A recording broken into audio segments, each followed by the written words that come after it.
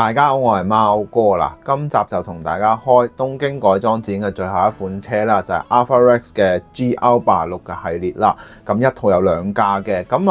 今集咧冇背景故事嘅，有興趣嘅朋友咧可以睇翻右上角嘅資訊欄咧，就可以睇到我當時同Alpha-Rex 嘅設計師以及車手 Adrian之間嘅一個簡單嘅採訪啦，會睇到整體嘅結構啦。事不宜遲啦，開始今集啦。記得喺影片開始之前咧 CLS 啦。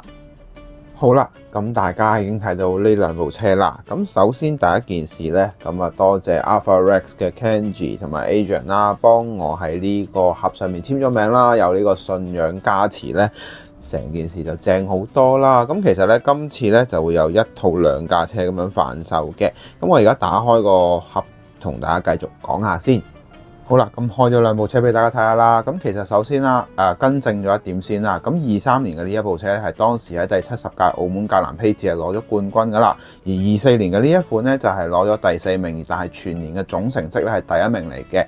同較早之前咧東京改裝展講嘅有少少調轉咗啦。喺呢度更正一下先啦。首先交代第一件事先啦。Adrian 咧當時其實佢係好中意黑色車啦，同佢交代過嘅時候啦，設計師咧就根據翻車手嘅諗法，再融合一啲新嘅設計，去形成咗截然不同嘅風格啦。全車嘅拉花咧，亦都係Inno 有做一個代工嘅工序啦。所以咧喺設計嘅拉花細節印刷水貼各樣嘢咧，都係非常之係大品牌嘅一線效果啦。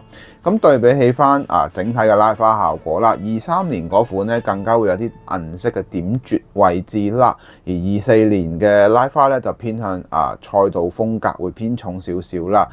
唔知大家中意邊一年嘅風格啦？我會攞兩部車都會去講下嘅。我哋咧成架車去講啦，先從車頭嘅部分講起。好啦。首先我哋從車頭嘅部分講起先啦。第一件事咧就係 Alpha-Rex 咧作為一個頭燈嘅一個燈件改裝品牌啦。重點當然係車頭燈嘅結構啦。大家睇翻真車嘅圖片就會睇到啦。真車嘅6粒 LED 燈膽位置同而家我哋手頭拎住嘅基本上係一致，日間行車燈嘅邊緣位置都做得相當之唔錯啦，基本上係還原到真實嘅效果嘅。第二點啦，基於 Inno 嘅效果咧，大家可以見到就係佢喺進氣網嘅部分咧，亦都比較精神啦，所以整體嘅車頭嘅刻畫方面咧，基本上係冇乜需要擔心噶啦。另外啦，對比起翻我哋睇翻車嘅前頂部分啦，車頭冚咧23年嘅呢一款好明顯咧，可以見到黑白嘅面積比較大之餘咧，帶有一啲閃電嘅拉花效果啦。而24年嘅呢一款咧就偏向有一種競技賽道風格啦，幾何嘅線條會比較多啲嘅。23年嘅效果咧，甚至會見到大家會見到車頭冚嘅部分咧，話晒佢哋一個速龍啊嘛，就會見到有個爪痕啦，呈現咗一個銀色嘅效果喺呢一度發到出嚟嘅，做得相當唔錯，而且咧煞氣都比較大啲啦。24年嘅呢款咧就比較上係更加多幾何嘅線條去營造成個質感啦。我自己咧就中意23年嘅款式，但係24年嘅用色，唔知大家點睇呢？嚟到前沙板嘅部分啦，基本上都係同一般嘅86嘅效果一模一樣噶啦，冇乜話太大分別，因為佢哋嘅比賽咧都係用翻一架偏原裝風格嘅效果去進行一個競技啦。大致係咁啦，我哋睇下車側嘅部分啦。好啦，嚟到車側嘅部分啦，其實咧整體嚟講咧，車側咧23年嘅拉花咧係同24年可以話相當大嘅分別啦。首先第一樣嘢就係23年嘅版本啦。佢其實咧偏向一啲視覺衝擊嘅感覺，我自己就覺得比較靚嘅，而且咧佢個效果個放射性嘅效果咧係可以帶動到去車後面半部嘅位置啦。令到咧整體嘅效果唔同之餘咧，24年嘅版本咧相反地就會用更加多賽道嘅嘢，例如一啲網格啦、菱格啦，即係一啲幾何形狀啦、梯形啊，甚至灰色嘅面咧會比較多啦。令到佢成架車嘅層次感我哋叫多好多嘅。而另外23年嘅款就偏向我哋叫做放射式多少少啦。咁嚟到圍繞住車尾嘅部分咧，其實較為複雜少少嘅，呢一度咧亦都有做到啦。咁但係咧對比起翻之下咧，23同24年最特別嘅地方咧就係23年嘅款式係可以包截然不同嘅效果，直頭會見到唔同嘅拉花啦，咁靚都幾特別嘅。咁另外一邊啦，咁俾大家睇下，另一邊咧其實就一樣嘅。咁唔知大家中意邊一款啊？咁我自己咁睇啦，我都係比較中意23年嘅咁特別嘅一個款式嘅，幾有型啊！成個效果喺個車身拉花，大家睇到真車嘅效果。但係咧又咁講喎，24年嘅效果咧，從視覺方面嚟講係正好多嘅，因為佢帶多啲嘢俾到人哋睇到，會即係會去望耐啲，究竟佢嗰啲線條係點樣行啊，各樣嘢咯。好啦，嚟到車尾嘅部分啦，我自己覺得最特別嘅咧就係好似24年嘅版本咧，灰色以及線條嘅位置咧較為複雜嘅效果嚟嘅，咁我自己就比較中意，同埋佢後面嘅線條設計咧，佢令佢嗰種灰色與黑色之間嘅效果係仲有一啲我哋叫 sponsor 嘅位置啦，亦都睇得一清二楚啦。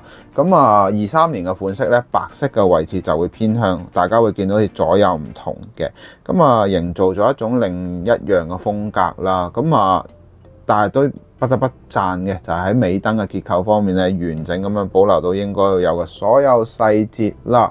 咁如果你又即係假設啦，我唔想買呢部賽車版本嘅，我想買翻純色版本嘅，我有冇多啲選擇呢？而家就多一個啦。如果你話我唔想買 Hobby Japan 嘅版本呢，我可以揀佢咯，絕對係可以啦。因為整體嘅車型方面呢，可以話非常多嘅細節啦。咁唔知今年咧25年嘅效果又會係點呢？大家都期待一下啦。咁好啦，我哋咧而家就即將打開個內籠俾大家睇下。